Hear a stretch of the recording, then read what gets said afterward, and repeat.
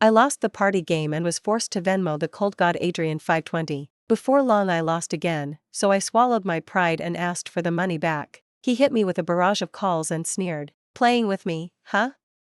Just wait. Before we go on, smash that subscribe and tell us in the comments where you're listening from. 1. Friend get together, truth or dare. I seem to have the god of rotten luck riding me, every round I lost. After confessing my ancestors' last 18 generations of love and hate, I had nothing left but dare. Let's not roast win too hard, something easy. Fine, Venmo Adrien 520? Which Adrien? Adrien.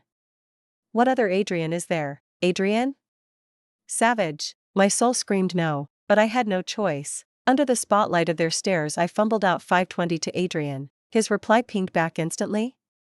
My squad doubled over laughing. Everyone knows Adrien is celibate, ice cold, no girls allowed. Every girl who's confessed has been shot down brutally. He calmly says, sorry, not interested, then watches her walk off crying. That cursed number, 520, now felt like neon on my ledger. I waited for his judgment, heart jackhammering. Except for that question mark, nothing more arrived. I told myself I'd explain the second the game ended. Or, if I won next round, I could make someone else Venmo him and look less pathetic. Instead I lost again. The squad was wheezing. Win, you're cursed tonight, ha ha ha. I grinned through the pain. Amid the hoots someone yelled, yo, win, make her take the 520 back. Everyone except me clapped like seals. My frenemy beamed, haha yes. Look at her face, so willing. Me, do I look willing? I couldn't bail without looking lame, so I opened the chat and saw Adrien had messaged. What does this mean? I sucked in air and typed, could you send the 520 back? He sounded puzzled, why? I bit the bullet, sent to the wrong person. Chat showed, typing forever, but nothing came. Instead my phone rang, scaring me half to death. The word Adrien flashed, my pulse skyrocketed. The room erupted. Sienna shushed the crowd, eyes wide, ordering me to answer. Silence for a beat after I picked up. I held my breath. Then came his low, annoyed voice. Wrong person? Who were you trying to send it to? I hesitated. I hadn't rehearsed that part. How was I supposed to know he'd call? All I could manage was, see, can you just return it first? A cool laugh traveled through the speaker. He seemed furious. After a long exhale he said, check your balance. I lowered my phone. A text popped up, 52,000 credited. Wait, 2 extra zeros? I blinked hard. Nope, 52 grand, clear as day. Sienna, who'd been eavesdropping, gasped loud enough to fog my screen. I shoved the phone back to my ear. Did you fat finger that? His deep voice answered, nope. He sounded icy. So, who was the money actually for? I froze again. What could I say? He seemed honestly upset. If he found out it was a game he'd flip harder. When I stayed mute he exhaled sharply, where are you? My mouth moved before my brain Grand Hyatt. Stay there. Click. He hung up, leaving me sweating and an audience of glittering eyes. Is Adrien pissed? Sienna snapped out of her shock and jumped up. Holy crap, the room blinked. You know what I just saw? Crowd, what? Adrien win 52k. Now everyone's jaws hit the floor in unison. Holy crap. 3. I spent forever convincing them. Adrien and I have zero going on. Of course I left out the 3-year secret crush. They didn't buy it. Come on, when has Adrien ever called a girl first, right? And 52k, rich people just burn cash like that? I shut up. Heaven knows why he did it. While they grilled me, the phone rang again. Adrien. Short and blunt, which room? I stammered, 602. Before anyone could whoop, the door swung open. Adrien stood there like he owned gravity. The table fell silent. His gaze swept across the dinner spread, then zeroed in on me. I watched him close the distance. He stopped inches away, leaned down, his breath wrapping me, and said quietly, step outside with me. I tottered after him like a lamb to slaughter. Staring at his broad back, I braced for execution. He led me to the emergency stairwell without a word, then halted. I didn't, my face planted squarely between his shoulder blades. Ow. He spun, steadying me, and saw me grimace. With a sigh he rubbed my forehead. Hurt? The warmth of his fingers flustered me. I shook my head. Nah. Only then did his frown ease. This close, I smelled alcohol on him. Strange, Adrien never drinks. You've been drinking? Instead of answering he studied me, eyes lowered. At last he gave a small nod. Just a little. I wanted to ask why but the words jammed. Reading me, he smiled. First I drank from excitement, later from frustration. The vibe felt dangerous. I shrank and stayed mute. He ruffled my hair. Tell me? I blinked, lost. He clarified, who was the money meant for? For. I weighed telling the truth and killing Adrien versus lying and still killing him. I picked honesty, my last shred of decency. I honestly lowered my head. Actually, that person is you. We were just playing a party game. The second the words left my mouth, I wanted to cram my head into my armpit. I didn't dare look at his reaction. Adrien would know I'd pranked him. He'd probably want to strangle me. To my shock, he didn't get mad. He only pressed, a party game?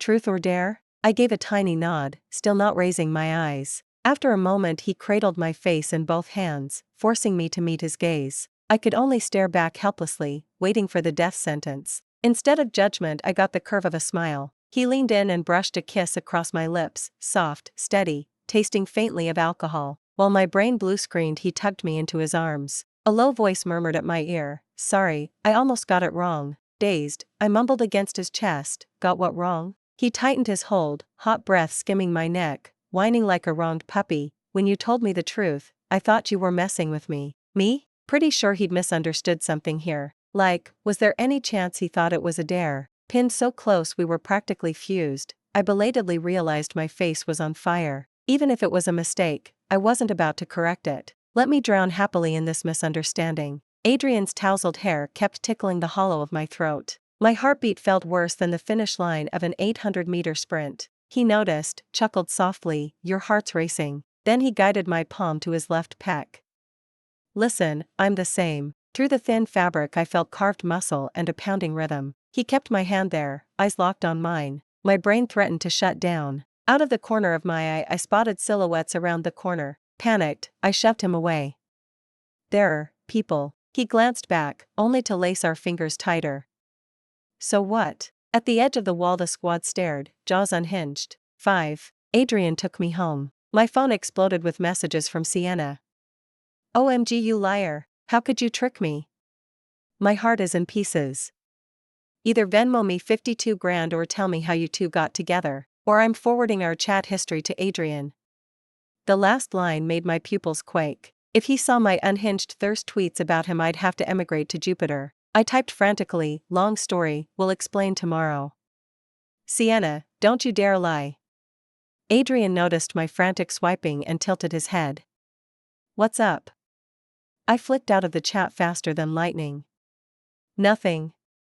He smiled, pinching my cheek. Adrien's penthouse was easily triple the size of my place. While I gawked at the marble and gold spectacle, he slid an arm around my waist from behind. "Need to pick up anything else?" He meant from my apartment. I'd only grabbed my laptop, I still had to upload today's webcomic chapter. Keeping the monthly streak alive trumped everything else. I shook my head. "I'm good." He tapped the bridge of my nose. "I'm hopping in the shower, then." "Shower? WHWH, what exactly did that imply?" I nodded like a malfunctioning bobblehead. His bathroom had frosted glass, hazy outlines visible. The sound of water roared, my face blazed. I scurried to the living room sofa, opened my laptop, and tried to anesthetize myself with work. Instead my brain replayed wheat-toned skin, rivulets sliding over carved muscle. Stop, stop, stop. No thirsting. I mentally chanted the great compassion mantra to purify my thoughts. I opened the latest chapter file, noticed an odd color grade, and, perfectionist mode, tweaked it again and again. Eventually the water shut off. I was so absorbed I didn't notice footsteps behind me until a questioning voice said, "Avery? Is that your male lead?" 6. Amusement and tease laced his tone, sexy as hell, but to me it sounded like a death knell. I slammed the laptop shut with a metallic whack. Whirling around, I met Adrien's intrigued gaze. He bent closer, deliberate. "After I devoured the ice god, that your work?" I stammered, hands trembling. And no, his long fingers pressed the lid, threatening to reopen it. Under my hopeless stare he withdrew, pulled out his phone instead, and searched. He found my bio. Xiao Yan has secretly crushed on Avery for 3 years. After an accidental tackle, their lives change. Avery's got a beauty mark under his left eye. He wears glasses while working, but when he takes them off it might not be to rest, it might be to. I couldn't take another syllable. I clapped a hand over his mouth, tearful. "Stop, please." His eyes smiled. To what? To, the rest was R-rated blasphemy. I couldn't bear hearing it in his god-tier voice. I buried my face in my palms. Do what you want, just don't tell anyone, okay? That beauty mark by Adrien's left eye was my kryptonite. Of course I'd kept it on my fictional Avery, leaving me zero plausible deniability now. My fantasies were exposed. I wanted to die. He actually laughed out loud. Why would I punish you? Confused, I peeked through my fingers. He squatted so we were eye level, those peach blossom irises boring into me. Just showered, my lips feel dry. Blinking, I had zero clue where this was going, but topic change equaled survival. I fished a chapstick from my bag. You, want some? He stared at the tube for 2 full seconds, then took it. When he handed it back I started to stuff it away, when warmth covered my mouth. His lips swept across mine again and again while his hand cradled the back of my head. You need some too. Put it on and I'll keep your secret. 7. Next morning my memory of the night was patchy, just flashes of sticky heat and Adrien's low laugh in my ear. So that's how you imagine it. But you haven't actually done it. How does your comic know? Honestly, with the glasses on, the view is better. When I got up Adrien had breakfast ready. He waved me over. Come here. I tiptoed like a suspect. He lifted a spoon to my mouth. Open, ah. Reflexively I parted my lips. He darted in for a quick peck, then grinned in triumph. Now eat. Me? I plopped down, glaring. My phone buzzed. Sienna. While slurping porridge I mumbled, Sienna wants lunch later. Adrien flicked a glance at me. Where to? I'll give you a ride. When I stepped out of a Porsche and walked into a Sean, a dozen blazing eyeballs locked onto me in shock. I should have asked him to drop me somewhere else. Sienna waved wildly. Hey. When, over here. I bounced over. She hooked an arm around me. Confess, when did you start hooking up with Adrien? I scrambled for words. Sienna kept the heat cranked up, muttering like a broken record. You whined about the dare last night. Little liar, you Venmo'd your man $5.20 and still played coy. Before I could explain, a familiar jacket corner sliced into the corner of my eye. I turned, Adrien was 2 tables back. My heart gave a violent thunk. Sienna's voice carried like a foghorn. Half the diner probably heard her. Adrien had normal hearing, right? I studied his expression like it was an MRI. Definitely unfriendly. I was toast. He'd heard. He knew last night had been an accident. My pulse jackhammered. Adrien's long legs brought him over. No anger, no questions. He just dipped slightly. Something came up. I'll head out. I stared at his face, fishing for any micro-twitch. Every angle, slack outer corners of his eyes, clamped lips, screamed bad mood. All I could manage was a shaky O. Once he was gone, I shot Sienna a murder glare. She blinked. What? I hissed. I haven't told you yet. He thought I was picking truth, so I somehow confessed and he said yes. Sienna clapped both hands over her mouth. Wait, so just now we blew it? I whimpered. What do you think? Guilt practically gagged her.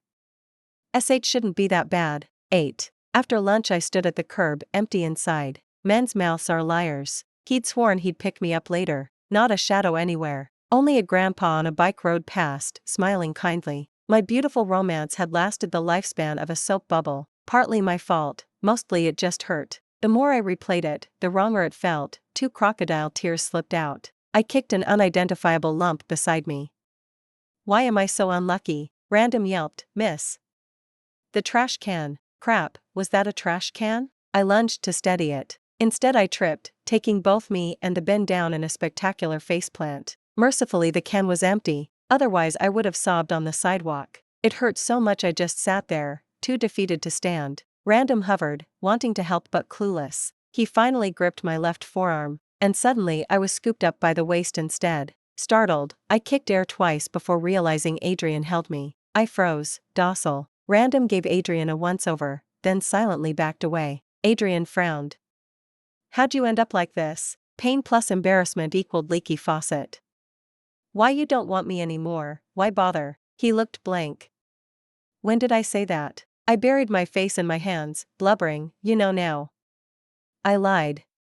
I didn't pick truth, wah. He paused, sighed hard. What are you imagining? While talking he peeled my hands away and wiped tears with his thumbs. His face spelled raw worry.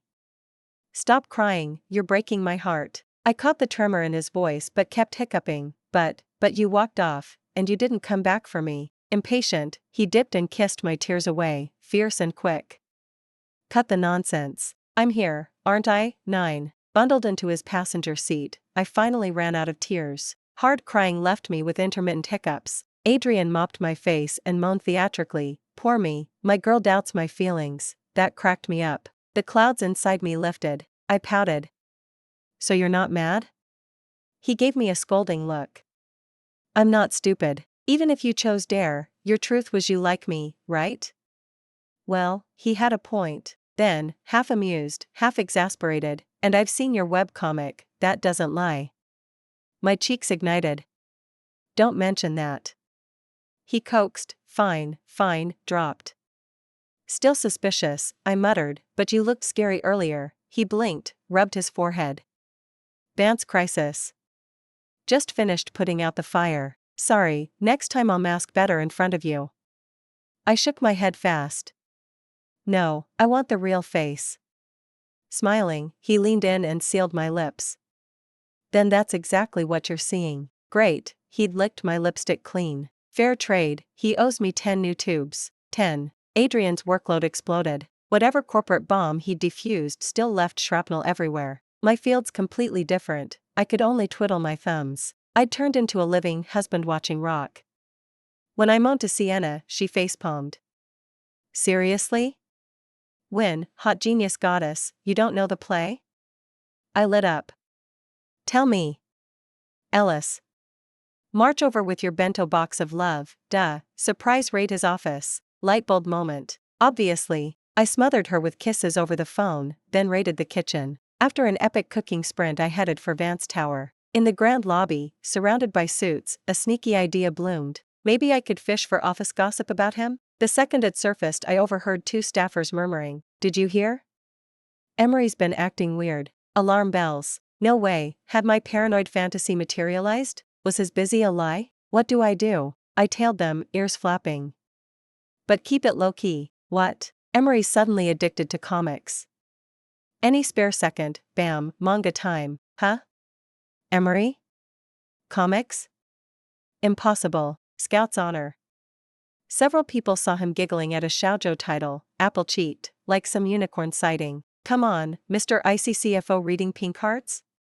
"Does not compute." Their voices faded down the corridor. I stayed rooted, unsure whether to laugh or cry. Adrien was such a closet freak. He'd sneaked a peek at my webcomic. Thinking about some of the scenes I'd drawn, my cheeks burned all over again. He'd looked at that stuff during work hours. How indecent. 11. The more I thought about it, the hotter I felt. I flapped a frantic hand in front of my face. I glanced sideways, and there he was, not far off, smiling at me. He wore a razor-sharp suit, the trousers skimming long legs, every inch the elegant gentleman. Who'd have guessed? Behind that facade he secretly binge-read shoujo manga. Embarrassed and irritated, I punched him lightly as he walked over. "Come to check up on me?" he asked, grinning. I scowled. "I'm here to bring warmth, thank you very much." When he spotted the lunchbox in my hand his eyes lit up. Just as he reached for it I stopped him. I lowered my voice and demanded, "Have you been reading my comic on company time?" He blinked. That wasn't sneaking a peek. Then, perfectly serious, he corrected me. It was open, legitimate reading. I'd meant to lecture him properly, but the lobby was packed, so I grabbed his sleeve and towed him into the emergency stairwell. He didn't resist, letting me haul him along like a lamb ready for slaughter. Face to face on the landing, he looked so docile that every prepared sentence fled my head. While I stammered he suddenly spun us and pinned me to the wall. Gone was the gentle lamb. He loosened his tie with a slow, wicked smile. Emergency stairwell, perfect place for bad behavior. I flushed crimson. "You." He pressed one finger to my lips. "You're the one who dragged me here." "Me? Ah. He's impossible." In the end I could only murmur weakly, "Next time you peek, swap that screen protector for a privacy screen." 12. When we stepped back into the corridor I was greeted by the synchronized stares of the entire staff. As one, they chorused, "Morning, Mrs. Vance." Clutching Adrien's sleeve, I couldn't make a sound. He chuckled and told the lead assistant, "Don't scare her." Again in perfect unison, "Got it, Emery." Adrien gave a helpless shrug, then whispered to me, "Coming again tomorrow?" I swear his brows were dancing with smug pride, delighted that I kept showing up with food. I teased him, if you want me to come, I will. Turns out my instinct was spot on. Back in his office he waved that lunchbox at everyone within earshot. My wife trekked across town because she can't bear the thought of me starving. The grin on his face was the same one those aunties wear when their kid gets into an IV. Me, Alex, every single day he worked late I faithfully delivered a bento box of love. The staff watched enviously and praised me as the model helpmate. A hyper Adrien seized every chance to kiss me senseless. On the fourth day a silver-haired man stepped into my path. Steel gray hair, steel-rimmed glasses, he radiated trouble. A bodyguard the size of a refrigerator moved to block me. Silver-haired looked me up and down. Your win? A bad premonition prickled my scalp, but I nodded. Yes, may I ask who you are? He gave a cold grunt. I'm Adrien's father. I sucked in a shocked breath. I'm doomed. He's going to hand me $5 million and tell me to leave his son. 13. Life is fickle, the universe loves a twist. Seconds ago I'd been snuggled with Adrien, now I was locked in a silent duel with his dad. Silver-haired kept quiet, clearly running some psychological playbook, so I stayed mute to show nerves of steel. Finally he cracked. Kid, aren't you going to ask why I wanted to see you? I blinked. Why did you want to see me? He huffed. Now that's the question you should have led with. Me? He continued, if I don't intervene, you'll be conned clear to the grave. Me? Slowly he produced his phone and showed me a photo. Honestly, I want to side with my boy, but I won't let him lie to himself, or you. Look close and you'll see he's always had someone else in his heart.